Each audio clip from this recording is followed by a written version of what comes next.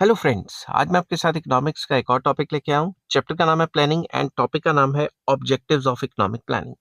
ये long question होगा। Long question में आपने किस हिसाब से अटेम्प्ट करना है, मैंने उसी तरीके से लिखा हुआ है।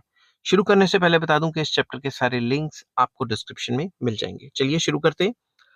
सबसे पहले जब भी आपको ऑब्जेक्टिव्स आएगा, आपने मीनिंग ऑफ इकोनॉमिक प्लानिंग लिखना है। इकोनॉमिक प्लानिंग का मीनिंग क्या है कि इकोनॉमिक प्लानिंग एक ऐसा प्रोसेस है जिसमें कंसर्न्ड अथॉरिटी, जो इस टाइम पे इंडिया में नीति आयोग है और 2014 से पहले प्लानिंग कमीशन थी, वो अपने आगे ऑब्जेक्टिव्स रखती है, सेट ऑफ गोल्स रखती है कि वो लिमिटेड रिसोर्सेज को किस तरीके से यूज करके लिमिटेड टाइम पीरियड में, जो कि 5 इयर्स है, उसमें एक पर्टिकुलर जो उसने गोल सेट किया उनको हासिल करेगी। ठीक है, तो ये तो प्लानिंग प्रोसेस हो गया, मतलब प्लानिंग इकोनॉमिक प्लानिंग होगी। मीनिंग अब आ जाता है ऑब्जेक्टिव्स क्या हैं। तो जब भी आपको ऑब्जेक्टिव्स, फीचर्स, मेरिट्स, डीमेरिट्स आए, तो आपने मीनिंग लिखना ही लिखना है पेपर में। चलिए शुरू करते हैं ऑब्जेक्टिव्स को। A plan must have certain objectives to be fulfilled. किसी भी प्लान को बनाओगे तो उसके कुछ ऑब्जेक्टिव्स तो होने ही चाहिए ना। Each plan beginning with the first 5-year plan in 1951 listed the basic objectives of India's economic development. Each plan, कोई भी प्लान होगा, चाहे शुरुआत के फर्स्ट प्लान ले लो जो कि 1951 में शुरू हुआ है, उसका बेसिक ऑब्जेक्टिव तो यही है ना कि इंडिया की इकोनॉमिक डेवलपमेंट हो। तो इकोनॉमिक डेवलपमेंट करना तो सारे प्लान्स का बेसिक ऑब्जेक्टिव है। These basic objectives were the long-term objectives set up by planners in the country. ये जो बेसिक ऑब्जेक्टिव्स थे या लॉन्ग टर्म ऑब्जेक्टिव्स जिसको हम कह सकते हैं, ये बेसिक प्लानर्स, जो प्लान बनाने वाले हैं कंट्री के, उन्होंने सेटअप किए थे कि ये जो 5-7 मेन ऑब्जेक्टिव्स हैं, ये तो होने ही होने चाहिए, चाहे कोई भी प्लान आ जाए। ठीक है, उसमें मैं बता देता हूँ।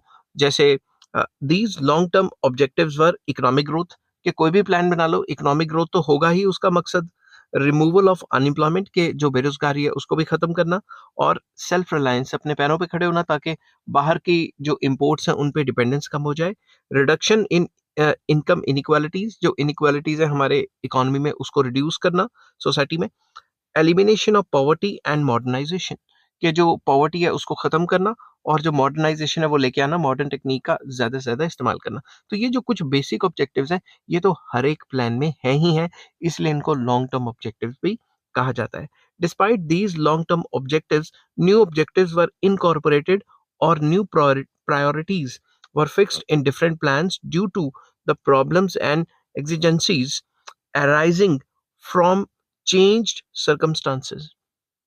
ये जो मैंने लॉन्ग टर्म ऑब्जेक्टिव्स डिस्कस किए हैं, ये तो हैं ही। इनके साथ साथ जैसे जैसे न्यू प्रायोरिटीज आती रही, वैसे हर एक प्लान में, प्लान स्पेसिफिक, हर एक प्लान में जितने भी प्लान आए हैं अब तक, उसमें कुछ ना कुछ नई नई चीजें नए प्रायोरिटीज के हिसाब से ऐड होती रही। जैसे किसी प्लान में एग्रीकल्चर को ज्यादा फोकस दिया, किसी में इंडस्ट्री को फोकस दिया, किसी में गरीबी को हटाने को फोकस दिया। समझ की बात? This gave rise to what may be called as immediate objectives of each plan. तो इससे जो हर एक प्लान का जो प्लान स्पेसिफिक ऑब्जेक्टिव था, उसको इमीडिएट ऑब्जेक्टिव कहा गया, और हर एक प्लान का कोई ना कोई इमीडिएट ऑब्जेक्टिव रहा। कौन कौन से प्लान के क्या क्या हुए वो भी मैंने डिस्कस किए हैं, और उसके लिंक्स भी आपको डिस्क्रिप्शन में मिल जाएंगे। These objectives were, however, subservient to the basic long-term objectives. जितने भी ये छोटे छोटे ऑब्जेक्टिव्स थे, शॉर्ट टर्म वाले, बोल बोल के गला बैठ गया, जितने भी ये छोटे छोटे ऑब्जेक्टिव्स थे, ये सब सर्वियंट है, मतलब लॉन्ग टर्म ऑब्जेक्टिव्स के नीचे आ जाते हैं। तो लॉन्ग टर्म ऑब्जेक्टिव्स को हासिल करना तो मेन मकसद है ही हमारा। Instead of taking up the objectives plan wise, we shall take up an integrated view of all major objectives of Indian planning. एक एक प्लान को डिस्कस करने से अच्छा हम एक ही क्वेश्चन में सारे के सारे प्लान्स के ऑब्जेक्टिव्स को ले लें, और जब ये क्वेश्चन खत्म होगा तो मैं दूसरे क्वेश्चन में पर प्लान, हर प्लान में किस किस को फोकस किया है वो भी मैं डिस्कस करूंगा, जिसका लिंक आपको डिस्क्रिप्शन में मिल जाएगा।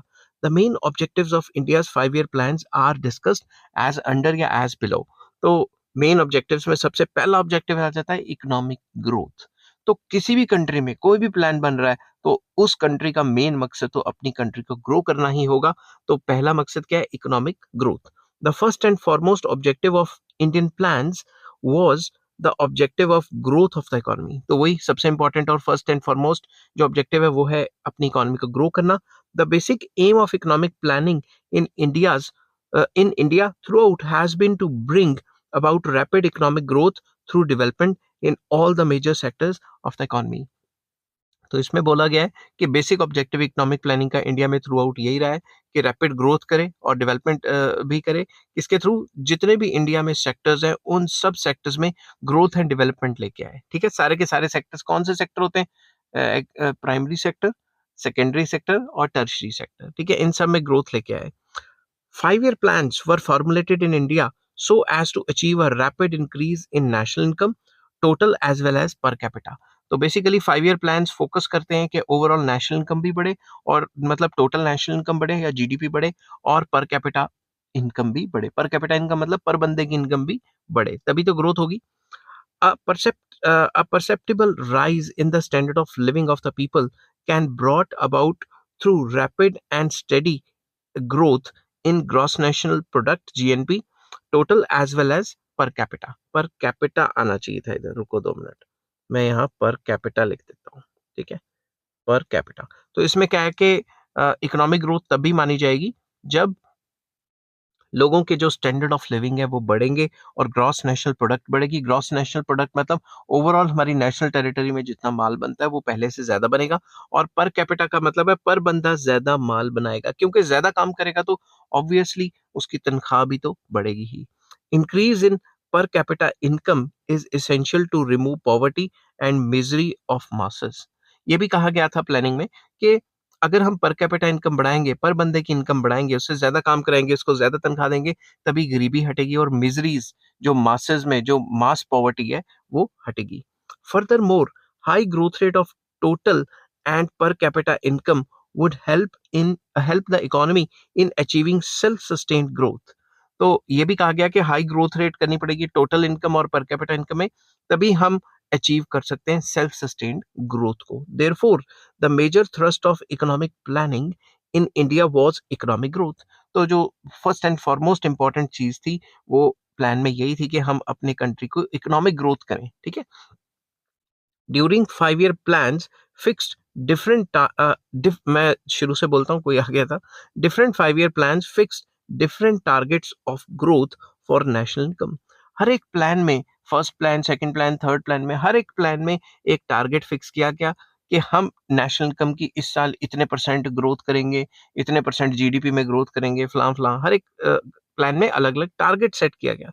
The target of growth rate of national income as national income as low as 2.1% per annum during the first plan to as high as 9% during the 11th plan। जो target था growth का वो first plan में तो ये था कि 2.5% ही बढ़ जाए पर एनम से, ये तो सबसे लो वाला टारगेट था। और जो सबसे हाई टारगेट रहा है 11th प्लान में वो ये रहा है कि हम 9% पर एनम से अपनी नेशनल इनकम को बढ़ाएंगे। In general it has been around 5% per annum. आमतौर पे ये 5% पर एनम के आसपास होवर करता रहा। It is obvious from this that targeted growth rate of national income has been higher than the population growth rate, which has been around 2% per annum। ये इनसे पता लगता है कि हमारा जो targeted national income growth rate था वो तकरीबन 5% के आसपास था, जो कि जो पॉपुलेशन की जो ग्रोथ रेट है वो 2% के आसपास थी। तो पॉपुलेशन की ग्रोथ रेट जो है उससे ज्यादा टारगेट प्लान्स में रखा गया कि हम पॉपुलेशन की बढ़ने की स्पीड से ज्यादा नेशनल इनकम की बढ़ने की स्पीड का टारगेट रखें।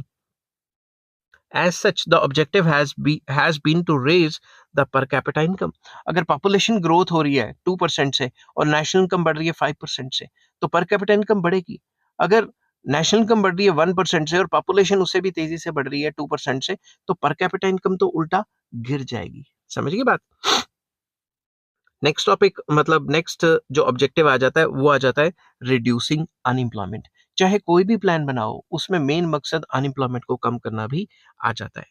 Chronic unemployment and underemployment are the two evils that have plagued the Indian economy for a long time. ये जो क्रॉनिक अनएम्प्लॉयमेंट है मतलब बेकारी, काम ही नहीं मिल रहा, एंड अंडर एम्प्लॉयमेंट मतलब आप अपनी कैपेसिटी से कम काम कर रहे हो। इसमें दो टाइप की आ जाती है, visible under employment invisible. Visible में आप 8 घंटे का काम कर सकते हो, आपको 4 घंटे का काम ही मिल रहा है, और इनविजिबल में आप पीएचडी करके बैठे, आपको चपड़ासी की पीएन की नौकरी मिल गई। समझ गए बात? तो अंडर एम्प्लॉयमेंट भी है इंडियन इकोनॉमी में, और क्रोनिक अनएम्प्लॉयमेंट भी है। ये 2 इविल्स हैं जो इंडियन इकोनॉमी को जो अच्छे तरीके से परेशान कर रहे हैं, ठीक है, over the long period of time. Unemployment is an important factor responsible for the low level of income and poverty in the country. Unemployment की वजह से जो है हमारी इनकम लेवल काफी कम है, और जिसकी वजह से गरीबी आती है। Hence, creation of employment opportunities and reduction in underemployment have been important objectives of economic planning in India. तो इकोनॉमिक प्लानिंग का मेन मकसद तो यही है कि नई नई जॉब अपॉर्चुनिटीज क्रिएट करें, जिससे कि अनएम्प्लॉयमेंट खत्म हो या कम हो, और अंडर एम्प्लॉयमेंट भी पहले से कम हो जाए। For economic as well as from economic as well as from the large social viewpoint, expansion of employment opportunities in is an objective which should get high priority. अगर हम इकोनॉमी के point of view से बात करें, economic point of view से बात करें, या फिर सोशल पॉइंट ऑफ व्यू से बात करें, तो जॉब अपॉर्चुनिटीज को बढ़ाना काफी जरूरी है। अगर जॉब अपॉर्चुनिटीज को नहीं बढ़ाया तो मास अनएम्प्लॉयमेंट की वजह से मास पॉवर्टी फैल जाएगी, जिसकी वजह से क्राइम भी बढ़ सकता है। समझ की बात? अब however, even though employment generation has been one of the objectives of all 5-year plans, it has never been accorded a high priority. हर एक 5 ईयर प्लान ने ये कहा है कि हम अनएम्प्लॉयमेंट को कम करेंगे, कम करेंगे, कम करेंगे, मगर इतना ज्यादा प्रायोरिटी नहीं दी गई किसी भी प्लान में। नो स्पेसिफिक एम्प्लॉयमेंट प्लान्स वर फॉर्मुलेटेड। कोई भी स्पेसिफिक प्लान्स नहीं, जैसे 5 ईयर प्लान में सिर्फ नौकरी देने का या फिर ऐसे करने का, जॉब अपॉर्चुनिटीज का इस तरीके से फॉर्मुलेट नहीं किया गया। No serious attempts no serious attempts was made to work out a strategy for employment generation. ऐसी कोई सीरियस अटेम्प्ट नहीं की गई किसी भी सरकार से जो पिछले सालों से चलती आ रही हैं, जिससे जॉब अपॉर्चुनिटीज पहले से बहुत बढ़ जाए। The approach of the planning commission has been that an increase in investment and increase in national income would automatically generate more employment. जो प्लानिंग कमीशन है, उनका ये मानना रहा है हमेशा से कि हम अगर अपने कंट्री में ज्यादा से ज्यादा इन्वेस्टमेंट करेंगे, जिससे नेशनल इनकम बढ़ेगी, तो ऑटोमेटिकली एम्प्लॉयमेंट जनरेट हो जाएगी। Thus, plans were not formulated, keeping employment generation as a focal point and primary objective. तो प्लान्स इस हिसाब से नहीं बनाए गए कि एम्प्लॉयमेंट बढ़े और एम्प्लॉयमेंट जनरेशन पे मेन फोकस रखे। मेन फोकस इन्वेस्टमेंट पे की कि भाई इन्वेस्टमेंट बढ़ेगी, नेशनल इनकम बढ़ेगी, तो अपने आप जॉब्स बढ़ जाएंगी। समझ की बात? नेवरदीलेस, efforts directed towards creation of more employment through increase in investment and expansion of small scale labor intensive industries. हम ये भी नहीं कह सकते कि बिल्कुल भी एफर्ट नहीं किए, थोड़े बहुत एफर्ट किए, जिसकी वजह से मोर एम्प्लॉयमेंट अपॉर्चुनिटीज इंक्रीज होंगी, और स्मॉल स्केल इंडस्ट्रीज या small scale labour intensive industries में ज्यादा से ज्यादा सरकार ने एनकरेज किया। जैसे एमएसएमई और जो स्मॉल स्केल इंडस्ट्रीज है, उनको सरकार जो है सब्सिडीज वगैरह देती है, जिससे कि छोटी छोटी कंपनीज एनकरेज होती हैं और उसमें काफी ज्यादा जॉब अपॉर्चुनिटीज आ जाती है। The approach to the problem of unemployment changed significantly in recent years. ये जो अप्रोच है गवर्नमेंट की टुवर्ड्स अनएम्प्लॉयमेंट, ये सिग्निफिकेंटली काफी चेंज हुई है। Specific schemes for generation of more employment and removal of unemployment such as Mahatma Gandhi National Rural Employment Guarantee Act, जिसको मनरेगा कहते हैं, Integrated Rural Development Program (IRDP), Scheme for Training Rural Youth for Self-Employment, Jawahar Rozgar Yojana, etc. were launched.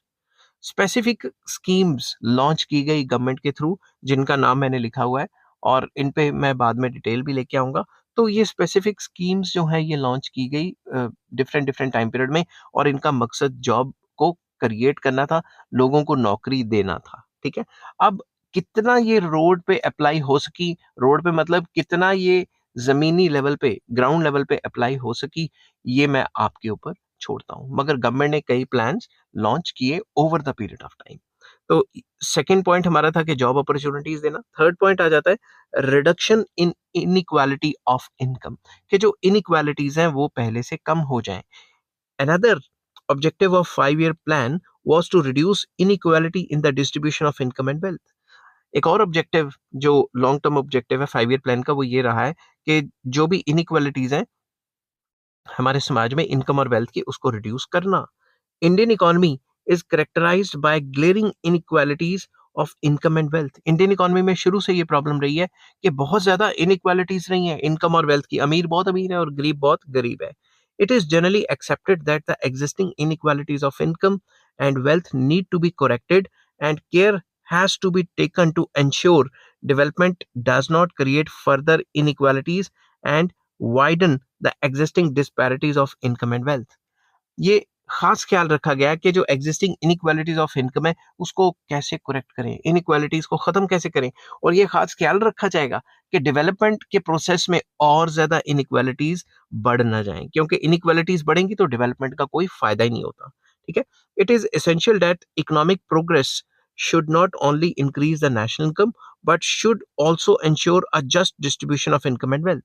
ये माना गया है, हर एक economist ये इस पे जो है मानता है और अमल भी करता है कि इकोनॉमिक प्रोग्रेस का मतलब नेशनल इनकम का बढ़ना, पर कैपिटा इनकम का बढ़ना तो है, मगर इनइक्वालिटीज का बढ़ना अगर हो गया नेशनल इनकम के बढ़ने से या पर कैपिटा इनकम के बढ़ने से, इनइक्वालिटीज भी बढ़ गई, तो ऐसी ग्रोथ का कोई फायदा नहीं है। ये सारे इकोनॉमिस्ट मानते हैं।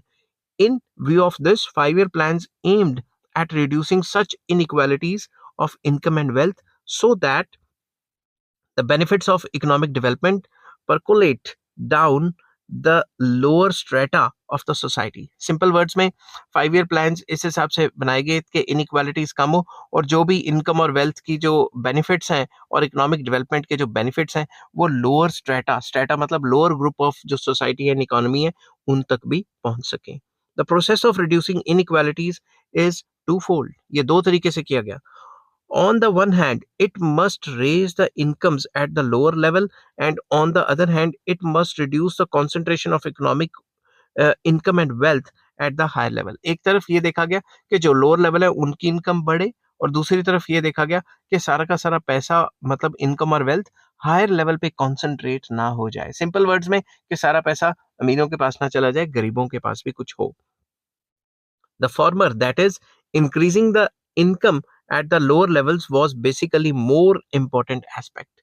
जो फॉर्मर जो मैंने पहले बताया कि जो लोअर लेवल के लोग हैं उनकी इनकम्स बढ़ाने को ज्यादा फोकस किया गया ताकि उनके पास भी पैसा और वो भी खर्च सके और अपनी मिनिमम स्टैंडर्ड ऑफ लिविंग को मेंटेन कर सके। ठीक है, another aspect of income inequalities in India is the large disparities between regions, that is, differences in the level of economic development attained by different states and regions। inequalities को हम एक तो income and wealth inequalities होगी, दूसरा तरीका inequalities को देखना है ये है कि इंडिया में कई रीजन्स बहुत ज्यादा जो है एडवांस हो गए हुए हैं, डेवलप हो गए हुए हैं, और कई रीजन्स अभी भी पिछड़े हुए हैं।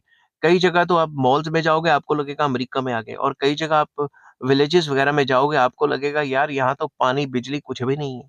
समझ की बात, इतनी ज्यादा रीजनल इनइक्वालिटीज हैं। Hence the objective of planning in India was to provide for the balance development of different parts of the country. तो प्लानिंग ने मेन फोकस यही किया कि जो different parts of the country है उसको बैलेंस डेवलपमेंट करना, वो भी तो इनइक्वालिटी हुई ना। Indian plans recognize the need for giving special attention to less developed regions such as backward states, hilly areas, etc। तो इंडियन प्लान्स ने ये रिकॉग्नाइज किया कि जो स्पेशल अटेंशन देने की जरूरत है कि इनको जो लेस डेवलप्ड रीजन्स हैं या बैकवर्ड स्टेट्स हैं या हिली एरियाज हैं उनको स्पेशल इंपॉर्टेंस देने की जरूरत है प्लान्स में ताकि वो भी तरक्की कर सके। Consideration of backward regions was kept in mind while formulating various 5 year plans in India। जितने भी बैकवर्ड रीजन्स हैं उनको कंसीडर किया गया ताकि उनकी भी तरक्की की जा सके 5 ईयर प्लान्स के अंदर। अब however, the reduction in inequalities of income and wealth has been one of the objectives of planning, although this objective was accorded a very low priority।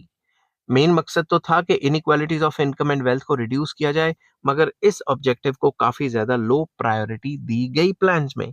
It was believe that economic growth will automatically reduce the income inequalities. ये माना गया कि जैसे जैसे हमारा जो country है तरक्की करेगा वैसे वैसे इनइक्वालिटीज अपने आप ही कम होती रहेंगी। Therefore, despite increase in national income as well as per capita income, the pattern of distribution of income and wealth continues to be highly uneven।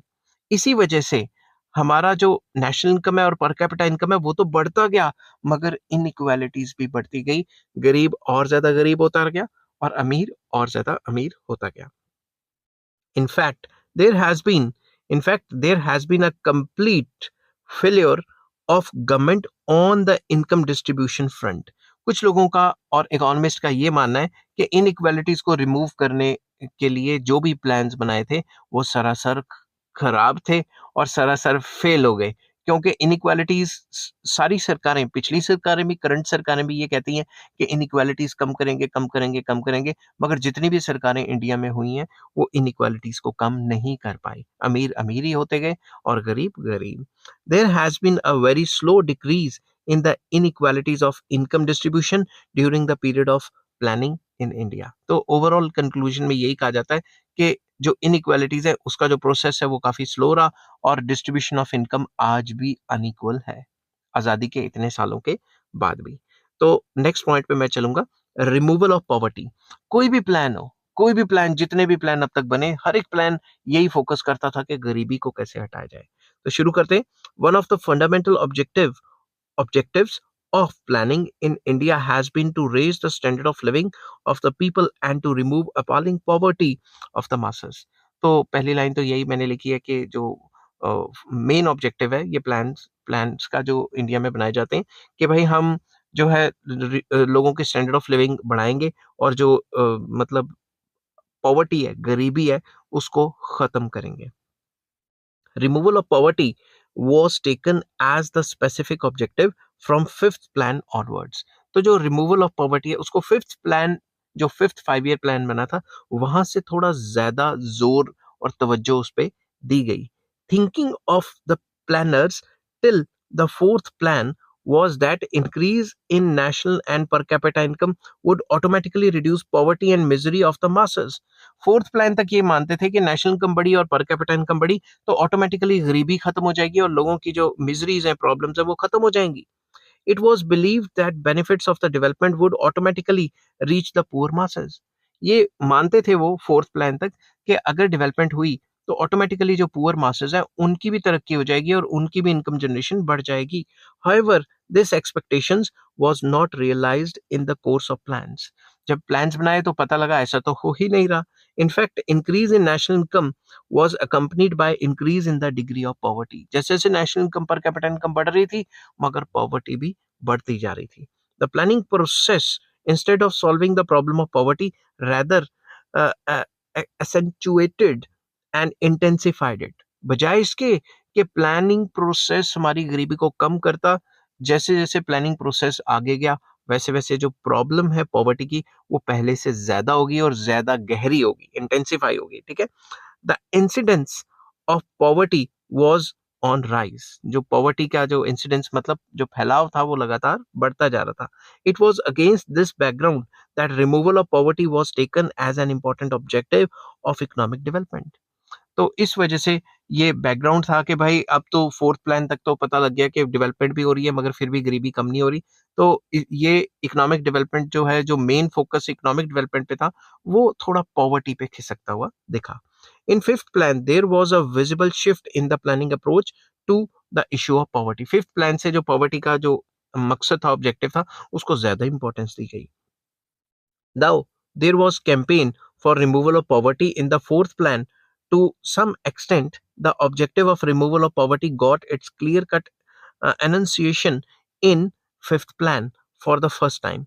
Fourth plan में भी इस पे काफी ज्यादा हुआ कि भाई गरीबी को हटाएंगे, ऐसा करेंगे, वैसा करेंगे, मगर फिफ्थ प्लान से काफी ज्यादा जोर आता हुआ दिखा इसके अंदर के फिफ्थ प्लान से ज्यादा लगा कि हम अब तो मतलब पॉवर्टी के अगेंस्ट हैं। कैसे? Under the slogan of Garibi Hatao, removal of poverty, the fifth plan adopted the minimum needs program, placing emphasis on the removal of poverty।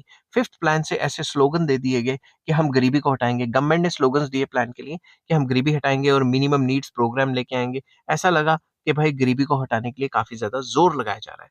Growth with justice became the important objective of economic development thereafter. उसके बाद ये लगा कि objectives planning के हल्का सा shift हो गए हैं। ग्रोथ विद जस्टिस, जस्टिस का मतलब इनइक्वालिटीज को भी कम करेंगे। समझ के बात, ग्रोथ तो करेंगे करेंगे कंट्री की, इनइक्वालिटीज भी कम करेंगे। The progressive reduction in the incidence of poverty became the primary objective of the six plan. Six plan में सबसे ज्यादा फोकस किया गया कि जो रिडक्शन ऑफ इनइक्वालिटी है इस पे काफी ज्यादा फोकस करेंगे, गरीबी को हटाएंगे, ठीक है, रिडक्शन ऑफ पॉवर्टी, मुंह से निकल गया inequality. The seventh plan the seventh plan reiterated its commitment to anti-poverty programs with an emphasis on the measures to reduce poverty in the rural areas. Basically seventh plan वो committed था कि जो anti poverty programmes हैं उनको फिर से शुरुआत की जाएगी और गरीबी हटाई जाएगी रूरल एरियाज में, ठीक है। तो हर एक प्लान ने थोड़ा थोड़ा फोकस अपना चेंज किया। The thrust of the eighth plan was on employment generation, which was considered as an important means of poverty removal. जो उसके बाद जो एट्थ प्लान आया उसका मेन फोकस था कि जॉब क्रिएशन करें, एम्प्लॉयमेंट जनरेशन करें, जिसकी वजह से गरीबी हटती। समझ गए बात, एम्प्लॉयमेंट दे देंगे तो गरीबी तो हट ही जाएगी ना। The primary objective of ninth plan was to achieve growth with equity with emphasis on improving the quality of life of the people and generation of productive employment. Ninth plan ने भी यही कहा कि हम भाई इक्विटी लेके आएंगे, growth के साथ साथ इक्विटी की भी बात की और एम्फेसिस दिया कि लोगों की क्वालिटी ऑफ लाइफ बढ़नी चाहिए और प्रोडक्टिव एम्प्लॉयमेंट बढ़नी चाहिए। तो ये भी एक गरीबी को हटाने का एक तरीका है। Specific programmes of income and employment generation to reduce the number of poor was made were made part of the planning process. तो स्पेसिफिक प्रोग्राम्स बनाए गए जिससे इनकम एंड एम्प्लॉयमेंट जनरेट होंगी गरीब लोगों की, और वेरियस प्लान्स लेके आए गरीबी को हटाने के। मगर गरीबी हटी या नहीं हटी ये मैं आपके ऊपर छोड़ता हूँ। नेक्स्ट इंपॉर्टेंट ऑब्जेक्टिव जो लॉन्ग टर्म है, establishment of a socialist society. Till 1991 हम फोकस कर रहे थे सोशलिज्म पे कि public sector main role play करेगा और प्राइवेट सेक्टर का सेकेंडरी रोल होगा। Another objective of planning was to set up a socialist society based on equality, justice and absence of exploitation. जब हमारा देश आज़ाद हुआ तो हमारा मेन मकसद ये था कि एक ऐसी सोशलिस्ट सोसाइटी बनाई जाए जो इक्वालिटी को फोकस करे, जस्टिस दे सबको और जिसमें एक्सप्लॉयटेशन नाम की कोई चीज ना हो। क्योंकि हम अंग्रेजों से एक्सप्लॉयट होकर इतने दुखी हो गए हुए थे कि हम प्लान भी उसी हिसाब से बना रहे थे। Establishment of a socialist society employed three main things. इसके तीन मेन चीजें आ जाती हैं इसके अंदर। Firstly it implied equal opportunities to all in the matter of education, public health, occupation, economic opportunities etcetera. पहला इसका मतलब ये कि इक्वल अपॉर्चुनिटीज मिलेंगी लोगों को एजुकेशन में, पब्लिक हेल्थ में, ऑक्यूपेशन में, जॉब्स में मतलब, और इकोनॉमिक अपॉर्चुनिटी सबको बराबर दी जाएंगी। Secondly there would be just and equitable distribution of wealth and the absence of concentration of economic power in the socialist society. दूसरा, सोशलिस्ट सोसाइटी का मकसद ये होता है कि जस्ट एंड इक्विटेबल डिस्ट्रीब्यूशन होगी, मतलब इनइक्वालिटीज कम से कम होगी। अब ऐसा नहीं है कि जितनी तनख्वाह डॉक्टर की होगी उतनी पीएन की होगी, ऐसा नहीं है। उनको उनके स्किल्स के हिसाब से पैसे दिए जाएंगे, मगर इनइक्वालिटी सोशलिस्ट सोसाइटी में काफी कम होती है, ठीक है, इतनी ज्यादा नहीं होती। Thirdly, a socialist society would be characterized by the absence of exploitation of man by man। तो तीसरा, सोशलिस्ट सोसाइटी में ये माना जाता है कि इंसान इस इंसान की एक्सप्लॉयटेशन नहीं करता, ठीक है। The objective of establishment of socialist society has been emphasised right from the very beginning of the economic planning in India. तो जब से प्लान शुरू हुए तब से सोशलिस्ट सोसाइटी को जो है काफी ज्यादा बढ़ावा दिया गया है कि हम सोशलिस्ट टाइप ऑफ सोसाइटी बनाएंगे। The first three plans talked about the establishment of socialistic pattern of society. पहले तीन प्लान्स ने तो क्लियरली कहा है कि हम सोशलिस्टिक पैटर्न ऑफ सोसाइटी बनाएंगे। The fourth plan talked about the establishment of a social and economic democracy. Fourth plan से शुरू हो गया कि भाई हम एस्टेब्लिश करेंगे सोशल एंड इकोनॉमिक डेमोक्रेसी को। तो सोशलिस्ट सोसाइटी को भी काफी फोकस दिया गया है हमारे प्लानिंग प्रोसेस में, लॉन्ग टर्म प्लान्स में। इसके बाद आ जाता है sixth objective, modernisation of the economy, कि हम अपनी इकोनॉमी को मॉडर्नाइज करेंगे। Another objective of economic planning was to modernize the economy, कि अपनी इकोनॉमी को पहले से मॉडर्नाइज करना। This was a newer objective, ये पहले से एक नया ऑब्जेक्टिव था, मतलब पुराने टाइम से नहीं चलता आ रहा था।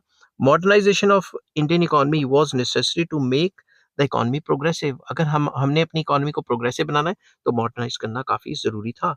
The objective of modernisation of Indian economy was explicitly mentioned for the first time in sixth plan. तो अपनी इकोनॉमी को मॉडर्नाइज करने का जो ऑब्जेक्टिव है वो सिक्स्थ प्लान से शुरू किया गया। Modernisation was defined very broadly in six plan में उसको काफी अच्छे से डिफाइन किया गया। It involve four types of changes, इसमें चार टाइप ऑफ चेंजेस आएंगे। Firstly, it implied a shift in the sectoral composition of output with the purpose of increasing the share of industrial and service sectors in the national product। तो पहला इसका मानना है कि sectoral composition को change करेंगे। Sectoral composition मतलब जो एग्रीकल्चर का जो जीडीपी में हिस्सेदारी है या नेशनल इनकम में हिस्सेदारी है उसको कम करेंगे, और जो इंडस्ट्रियल एंड सर्विस सेक्टर है उसमें हिस्सेदारी ज्यादा मतलब इंडस्ट्रियल और जो सर्विस सेक्टर है मतलब सेकेंडरी सेक्टर और टर्शरी सेक्टर है उसमें इतनी डेवलपमेंट लेके आएंगे कि वो पहले से ज्यादा कंट्रीब्यूट करना शुरू कर दे नेशनल इनकम को या जीडीपी को। Secondly, modernisation employed development of a diversified economy that would produce a large variety of goods। दूसरी तरफ मॉडर्नाइजेशन का मतलब ये था कि हम ऐसी डाइवर्सिफाइड इकोनॉमी बनाएं जो वेराइटी ऑफ गुड्स प्रोड्यूस करे। तो मतलब इंस्टेड ऑफ बाहर से मंगवाने पड़े सामान, इंपोर्ट कराना पड़े, विद इन द कंट्री ही सामान बनना शुरू हो जाए, ऐसी टेक्नोलॉजी पे फोकस किया गया। This required establishment of new industries, manufacturing industries, new industries manufacturing engineering, chemical, petroleum and similar products। तो इसके लिए क्या चाहिए था? इसके लिए चाहिए था कि हम नई नई इंडस्ट्रीज बनाएं जो केमिकल के प्रोडक्ट्स बनाएं या इंजीनियरिंग के या पेट्रोलियम के और इस टाइप के प्रोडक्ट्स बनाएं जो हम बाहर से मंगवाते हैं। Thirdly, it implied the use of advanced, modern and more efficient technique of production। तीसरा इसका मतलब ये कि हम एडवांस मशीनरी यूज करें, मॉडर्न मशीनरी यूज करें, इस हिसाब से मशीनों का और टेक्नोलॉजी का इस्तेमाल करें कि जो एफिशिएंसी है वो बढ़ जाए, इन टर्म्स ऑफ कॉस्टिंग भी कम हो और कम टाइम में ज्यादा माल बन सके। Fourthly, modernization was also associated with certain institutional changes such as financial institution, educational institutions for human development and developing economic infrastructure like railways and roadways network, power generation, irrigation etcetera etcetera. Fourthly, modernisation का मतलब ये भी था कि हम अपनी institutions में changes लाएं जिसकी वजह से हमारे फाइनेंशियल इंस्टीट्यूशंस तब्दील हों, चेंज आए। एजुकेशनल इंस्टीट्यूशन में चेंजेस लाएं ताकि हमारी ह्यूमन डेवलपमेंट हो, इंसान की डेवलपमेंट हो, और इंफ्रास्ट्रक्चर में भी डेवलपमेंट लाया जाए, like railways, roadways, power generation, irrigation facilities, इन सब में चेंज लाया जाए, तभी मॉडर्नाइजेशन मानी जाएगी। तो पैराग्राफ चेंज करके मैंने थोड़ा कंक्लूड करने की कोशिश की है। दस, modernisation of economy has been one of the objective of the recent plans, क्योंकि सिक्स्थ प्लान से ही ज्यादा जोर लगाना इस पे शुरू किया है।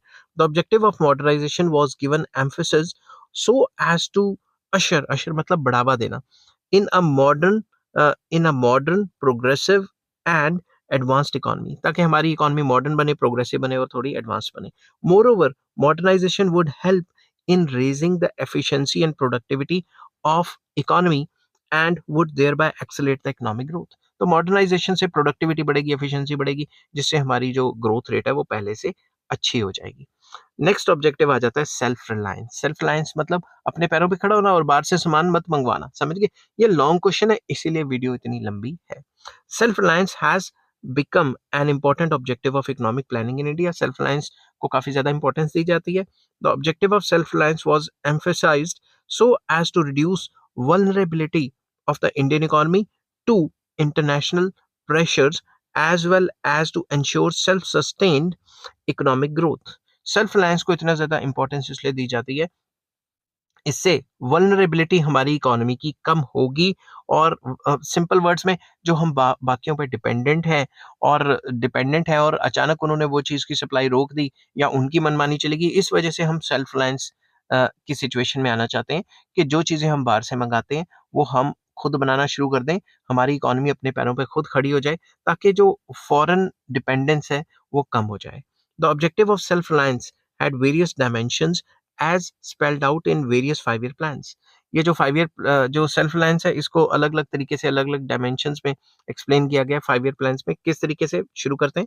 Firstly, self reliance implied that India should be in a position to end its dependence on foreign loans or grants। तो पहला ये कहा गया है कि इंडिया की जो डिपेंडेंस है फॉरेन ग्रांट्स पे या लोन्स पे, उस पे कम करो, हमारी इकोनॉमी खुद ही जनरेट करनी शुरू करे ताकि हम अपने आप को तरक्की करने के लिए खुद ही पैसे जनरेट करें। Secondly, self reliance implied eliminating the dependence of Indian economy on imports of certain important commodities such as food grains, fertilizers, raw material, machinery, equipment, etc. by increasing the domestic production of such goods. दूसरा, self reliance का मतलब ये है कि हम अपनी dependence imports पे कम कर दें और जो चीजें बाहर से इंपोर्ट करवाते हैं, जो जो मैंने नाम लिया, वो विद इन द कंट्री ही बनानी शुरू कर दें। Thirdly, self reliance also implied attainment of self sustaining and self generating growth. इसका मतलब ये भी है कि हम अपनी जो ग्रोथ है उसको खुद चलाएं, अपनी इंडस्ट्रीज और एग्रीकल्चर को इस हिसाब से जनरेट करें कि हमारी economy self generating growth path पे आ जाए। This implies that the economy is able to generate sufficient savings so as to finance the required level of investment. इसका मतलब ये है कि हमारी इकोनॉमी ज़्यादा से ज़्यादा सेविंग्स पे फोकस करे, क्योंकि जब सेविंग्स होंगी तो वो इन्वेस्टमेंट हो ही जाएगी। हम सेव करेंगे बैंक में, बैंक से कोई लोन ले जाएगा, लोन से इन्वेस्ट करेगा, इन्वेस्ट करने से एम्प्लॉयमेंट जनरेट होगी। समझ गई ना बात? ये तो सिंपल इकोनॉमिक्स है। The objective of self-reliance was stated in the third plan. Third plan से ये बात होनी शुरू हो गई थी। The concept of self-reliance was developed in a clear-cut terms in fourth plan and it was made a part of the philosophy of fourth plan. तो basically third plan से शुरू हो गई थी और फोर्थ प्लान से और आगे बढ़नी शुरू होगी। The fifth plan made this objective of self-reliance as one of the two basic objectives of planning in India. Fifth plan ने कहा कि भाई ये तो बेसिक ऑब्जेक्टिव है कि हम अपने पैरों पे खड़े हों, ठीक है। Thereafter, the objectives of self-reliance was made an important objective of all the plans in India. तो आज भी इंडिया में make in India, startup India, ऐसे ऐसे प्लान्स आते रहते हैं। तो थर्ड प्लान से शुरू हुआ था और आज तक जितने भी प्लान्स बने हैं सब में इसको इंपॉर्टेंस दी गई है ताकि हम अपने पैरों पे खुद खड़े हो जाएं। अब कंक्लूजन करते हैं। To sum up, objectives of planning in India were economic growth करना, इंक्रीज इन एम्प्लॉयमेंट हो जाए, reduction in inequalities of income and wealth, removal of poverty, and establishment of socialist society, modernization and self-reliance. तो ये कुछ basic objectives हैं जो planning के हैं और ये बेसिक ऑब्जेक्टिव्स जिनको लॉन्ग टर्म ऑब्जेक्टिव्स भी कहा जाता है, ये हर एक प्लान में आए थे, ठीक है। However, India's 5-year plans uh, have generally given highest priority to the growth objective as compared to the other objective. तो इंडिया के जितने भी 5-year plans हुए हैं इनमें मेन जो ऑब्जेक्टिव माना गया है वो ग्रोथ ही माना गया है और बाकी सारे ऑब्जेक्टिव को सेकेंडरी इंपॉर्टेंस दी गई है।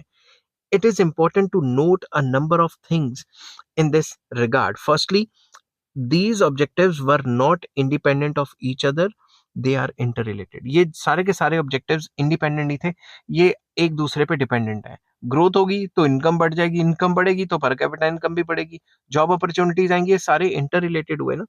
N increase in the national income for example will lead to the generation of more employment. अगर नेशनल इनकम बढ़ेगी तो एम्प्लॉयमेंट बढ़ेगी।